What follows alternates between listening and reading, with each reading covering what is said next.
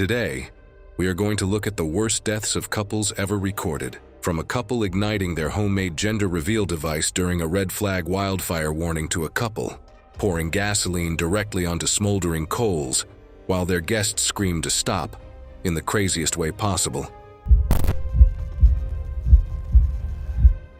It was October 8, 2018.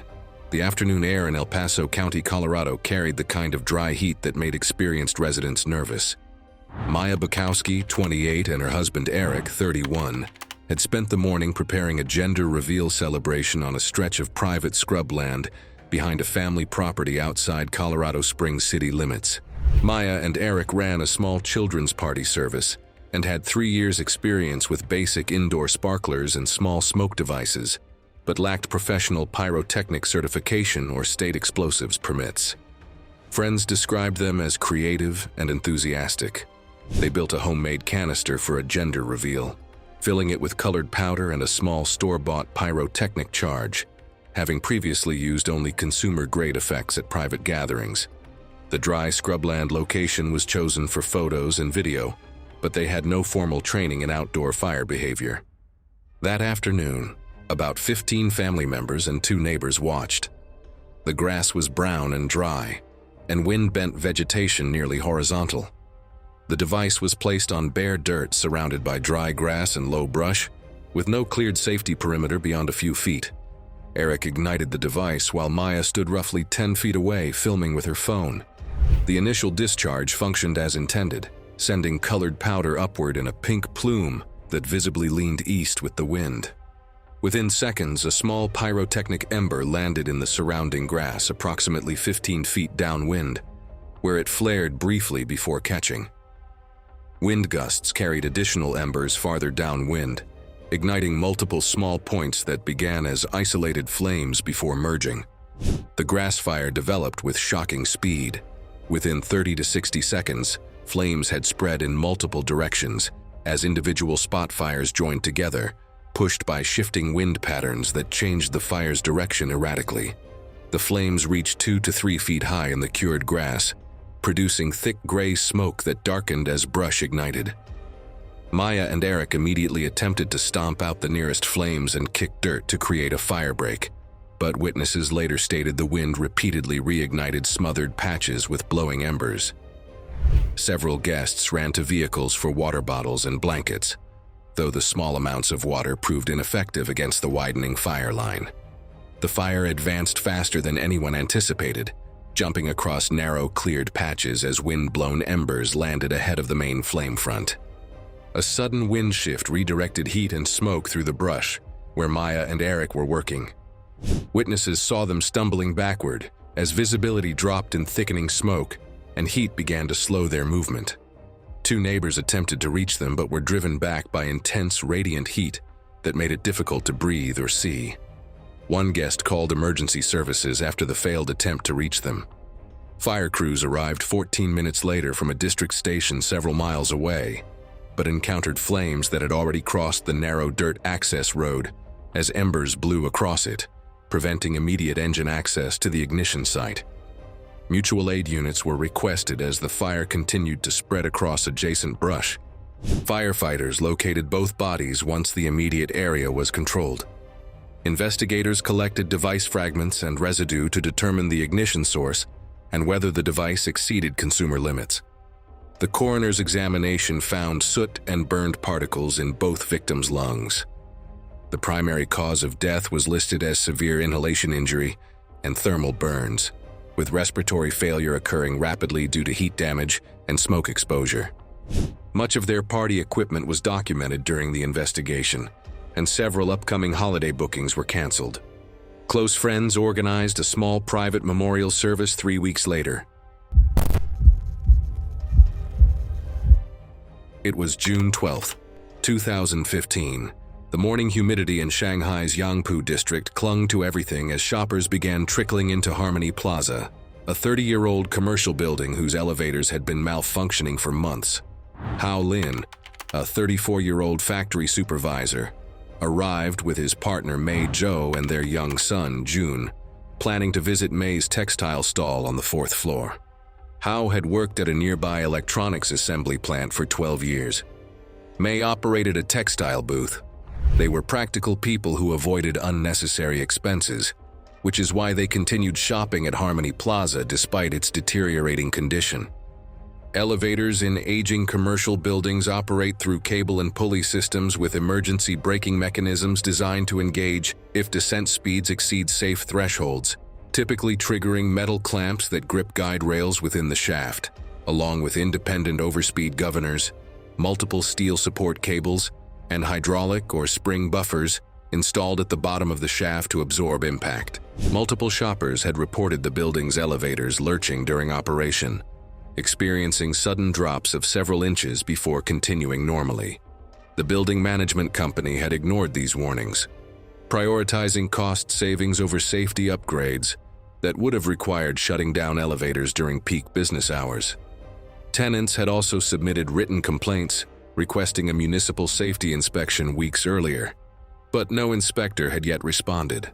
That morning, Howe noticed a handwritten sign taped near the elevator bank warning passengers about occasional mechanical issues and suggesting use of the stairs. The couple both dismissed it for reasons unknown. May carried shopping bags while Howe held June as they entered the elevator car. A lobby security camera recorded the doors closing, while an in-car CCTV camera captured the start of the ascent. At the second floor, something catastrophic occurred within the elevator's braking system. The in-car CCTV later showed a sudden jolt, followed by an abrupt loss of signal as the car registered an overspeed alarm and dropped out of frame. Building monitoring logs indicated a rapid, uncontrolled descent past the ground floor into the basement shaft. A building security guard monitoring the control room noticed the malfunction and triggered the building's emergency stop and attempted to cut motor power. But the elevator's mechanical overspeed governor and bottom shaft buffers failed to arrest the descent. The entire sequence lasted approximately 1.5 seconds. The elevator car impacted the concrete bottom of the shaft with devastating force, the sound described by witnesses in the ground-level corridor as a single massive metallic crash. The building security guard called emergency services.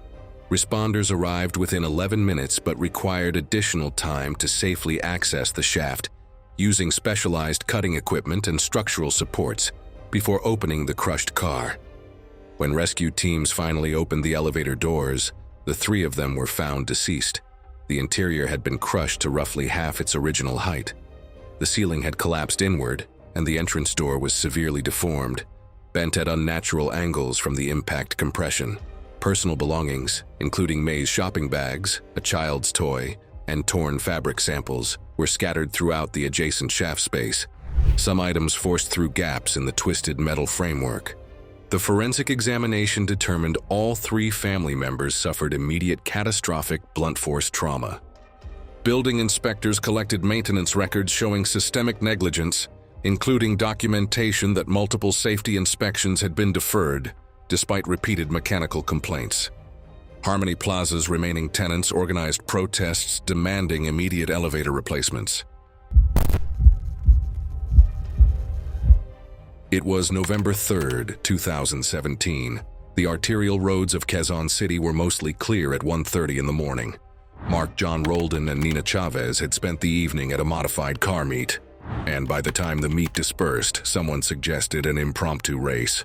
Mark was a 24-year-old graphic designer who spent most of his income modifying his vehicle. Nina, 23, worked retail.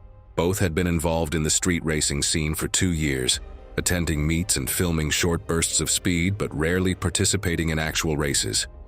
They usually stayed within safer parameters, staged burnouts and rolling shots rather than sustained high-speed runs. Street racing in urban areas involves uncontrolled environments where drivers navigate public infrastructure at illegal speeds, relying on lookouts and brief windows of low traffic, with no safety barriers, medical personnel, or contingency plans if conditions change unexpectedly. The posted speed limit along that stretch was approximately 35 miles per hour. That night, Mark decided to live stream an actual race to prove their legitimacy, mounting his phone to the dashboard with a suction cup bracket and starting the broadcast as several cars lined up. Nina sat in the passenger seat. The plan was simple: A straight run down the arterial road for roughly 1.2 miles, ending near a known turnoff. No one checked traffic patterns or stationed spotters beyond the starting point. They just assumed the late hour meant empty roads. Mark launched hard from the informal starting line. Within 30 seconds, they were traveling at approximately 95 miles per hour, engine screaming as Mark held the accelerator down. 3 other cars followed at similar speeds. What neither Mark nor Nina saw was the public transport jeepney approximately 400 yards ahead, signaling and beginning a legal left turn into a side street. The jeepney operator, finishing his route home, said that he had checked his mirrors and proceeded at normal speed. The operator later stated he never saw the approaching headlights until the final second, the racers closing the distance too quickly for recognition. Mark likely did not register the jeepney until it was roughly 40 yards ahead, already crossing into his lane. At 95 miles per hour, that distance left no practical braking margin. He jerked the wheel right, attempting to swerve around the jeepney's rear. The sedan's front left bumper clipped the jeepney's rear corner at 95 miles per hour. The impact spun the sedan violently counterclockwise, tires shrieking as the vehicle rotated through 270 degrees while still traveling forward at lethal speed. The spinning sedan struck a concrete median barrier nearly head-on, the front end compressing inward as the entire structure of the vehicle folded backward into the passenger compartment. 2 cars behind them skidded to a stop.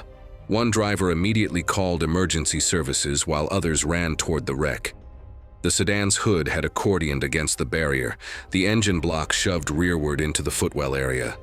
Both front doors were jammed shut from frame deformation. Through the shattered windshield, bystanders could see both occupants motionless, their bodies trapped in the collapsed interior. Both occupants had been wearing seatbelts and the front airbags had deployed, but the degree of intrusion into the cabin eliminated survivable space.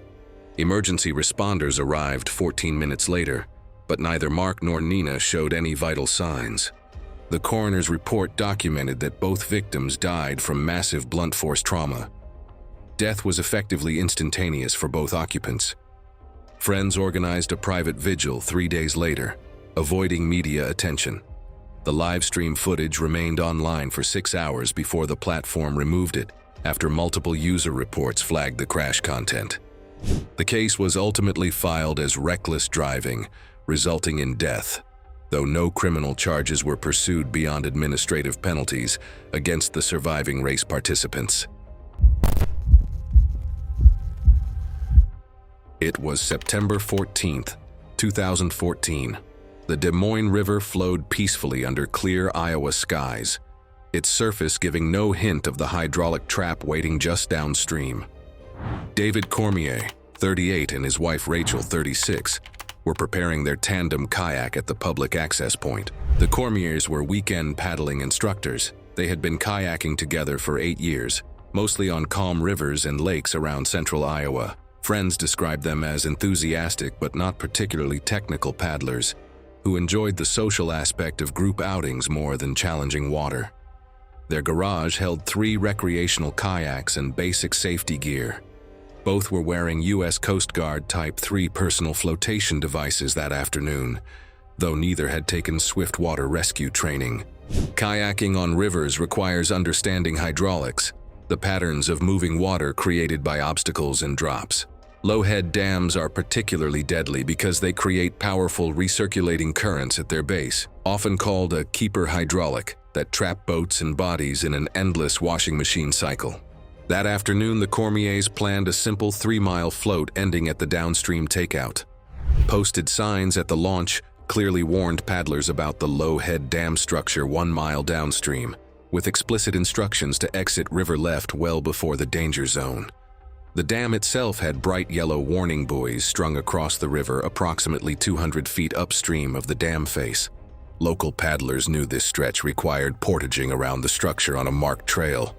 2 anglers fishing from the east bank noticed the Cormiers paddling steadily toward the warning buoys. Both fishermen began shouting and waving their arms, pointing at the signs and making cutting motions across their throats. The couple waved back, likely mistaking the warnings for friendly greetings. As the kayak drifted past the buoys, one fisherman pulled out his phone and dialed emergency services, telling the dispatcher a kayak was approaching the Lowhead Dam. The Cormiers seemed to realize their mistake only when they heard the rushing water ahead. Their paddling became frantic, but the current had them. The kayak accelerated toward the 3-foot drop as both fishermen continued shouting from shore. The kayak went over the dam. The nose pitched forward, dumping both paddlers into the churning hydraulic at the base. Within seconds, the kayak flipped completely, its bright orange hull visible as the current swept it back against the dam face. The recirculating water created a trap, pulling the overturned boat and both bodies underwater, then pushing them back to the surface in an endless cycle. From shore, the anglers saw arms and heads breaking the surface repeatedly, appearing every 10 to 15 seconds before being pulled under again. One fisherman grabbed a throw bag from his gear and threw it toward the hydraulic. The line landed near the kayak before being immediately sucked underwater. A second throw snagged a floating paddle before the current ripped it away. The kayak continued spinning in the hydraulic, sometimes upright, sometimes inverted, always trapped against the dam. Emergency responders arrived 9 minutes after the initial call. The fire department's swift water team deployed additional throw bags from shore and rigged anchored shorelines while attempting contact from an upstream eddy with a tethered inflatable rescue boat. The hydraulic's power made direct entry impossible. For 18 minutes, rescue attempts failed as the current repeatedly separated the couple from reaching safety. At 3:45 in the afternoon, both bodies finally washed downstream from the hydraulic and were recovered by the boat team. Neither showed signs of life. Autopsies revealed both died from drowning. The outdoor education program immediately suspended all river trips pending a complete safety review. County authorities installed additional warning signs and upgraded the buoy system. It was May 20th, 2018. The late afternoon sun cast long shadows across the rocky cliffs of La Quebrada in Acapulco, where the Pacific Ocean churned against jagged coastal formations that had claimed lives before. Diego Ramos and Elena Morales stood among a group of tourists and locals near a popular jump point, alcohol still warm in their systems. Diego was a 29-year-old construction worker who had spent 5 years building hotels and condominiums along Acapulco's tourist corridor. Friends described him as confident and physical, someone who took pride in his strength and fearlessness on job sites. Elena Morales, 27, taught traditional dance at a local cultural center, her athletic background giving her a lean, muscular build. The couple had been dating for 8 months, bonding over weekend beach trips and their shared taste for spontaneous adventure. Cliff diving in Acapulco involves jumping from coastal rock formations into narrow ocean channels, where water depth and underwater terrain change dramatically with wave timing rather than simple tide levels. That afternoon, Diego and Elena had been drinking beer with friends at a beachside bar for nearly 3 hours before someone suggested visiting the cliffs. By 5:30 in the afternoon, the group reached a jump point marked with faded warning signs about dangerous conditions and restricted access. Several members of their party noticed the water appeared lower between swells than during their previous visit weeks earlier. The narrow channel below showed exposed rock edges during the lull between waves, but Diego dismissed concerns, insisting he had jumped from this exact spot before. Multiple witnesses on the surrounding rocks watched as Diego stripped to his shorts and approached the edge. Friends shouted warnings about the visible rocks and the lack of a rising swell, but their voices mixed with wind and crashing surf. Elena stood close behind, her judgment likely impaired by alcohol and the pressure to match Diego's bravado. Neither consulted with local divers or asked about current conditions. Diego launched himself from the 115-foot cliff. His form was clumsy, legs flailing as he dropped toward the channel. Witnesses reported hearing a faint impact against rock before he disappeared into the churning water. Elena, standing at the edge and unable to process what had just happened, jumped roughly 3 seconds later into the same narrow channel, without waiting for a surge to raise the water level. Diego struck a submerged boulder at high velocity. The impact caused severe blunt force injuries consistent with a fall from extreme height. The force drove him sideways into turbulent water, where his head went under. Elena entered the water at an angle, her body rotating forward so that she struck the rock formation head first, sustaining fatal neck and head injuries. Neither surfaced. The water around the impact zone turned visibly dark. Two friends immediately jumped in to search, despite the hazardous surge conditions, while others called emergency services. Rescuers arrived, but both bodies had already been pulled to shore by the group, compromising the original position of the remains before authorities could fully document the scene. Photographs taken by authorities for the official investigative file showed exposed bedrock in the narrow channel during wave lulls, and authorities documented clear signs of traumatic impact near the entry point. Autopsy revealed both deaths resulted from mechanical trauma and subsequent asphyxiation. Diego's family arranged for his remains to be transported to his hometown for burial. Local authorities installed additional warning barriers and increased patrols at the jump site, though enforcement remained inconsistent in subsequent years due to limited municipal resources. It was July 6, 2013. The evening air in a quiet Nashville suburb was warm and still, carrying the smell of charcoal smoke from backyard gatherings across the neighborhood. Mark Fonte, a 33-year-old mechanic at a local automotive shop, was hosting friends for a casual summer cookout. Mark had worked at the same repair garage for 9 years, building a reputation for fixing older trucks and muscle cars. His wife, Olivia, 30, worked part-time at a downtown music venue managing merchandise sales. They lived modestly in a rental house with a small backyard, where they frequently entertained friends from Nashville's music scene. Mark enjoyed tinkering with motorcycles and maintaining the property himself, often taking shortcuts to save money. That evening, roughly 15 guests gathered around a steel fire pit Mark had welded together from scrap metal, drinking beer and listening to acoustic guitar as the sun set. No fire extinguisher or spark screen was present, and several folding chairs and a wooden deck sat within a few feet of the pit. By 9:30 in the evening, the fire had burned down to smoldering coals. Several guests mentioned it was getting dark and suggested reviving the flames. Mark retrieved a red plastic gas can from his garage, the type designed for lawnmower fuel. Two friends immediately warned him not to use gasoline on hot coals, explaining the vapor ignition risk. Still, he unscrewed the cap and approached the fire pit, which still glowed orange beneath a layer of ash. Mark tilted the gas can and poured a steady stream directly onto the coals.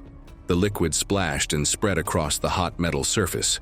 Within a fraction of a second, gasoline vapors ignited in a violent flash that created a fireball extending outward from the pit.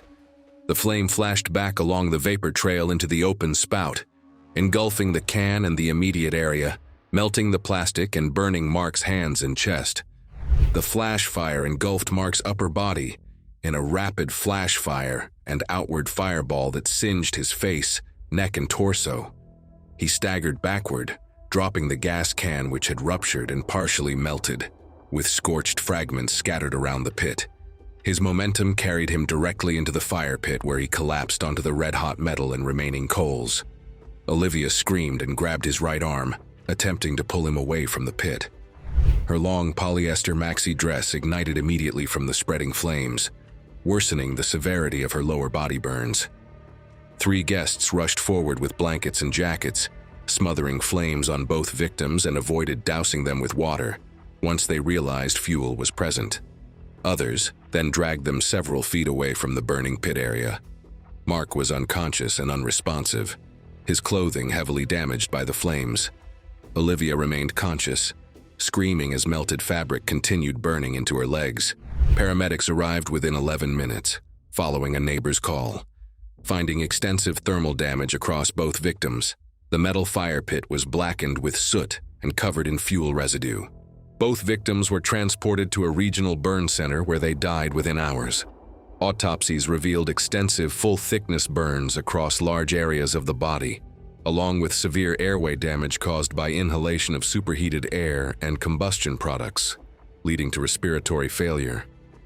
Autopsy also noted soot in the upper airways and elevated carboxyhemoglobin and cyanide metabolites, consistent with smoke inhalation from burning synthetic materials. The medical examiner listed thermal injury with airway compromise as cause of death for both. Friends from the local music community organized a benefit concert that raised funds for funeral expenses and medical bills. The rental property required professional fire damage restoration and replacement of the burned deck area before the landlord could relist it. Thanks for watching. If you like these stories, click here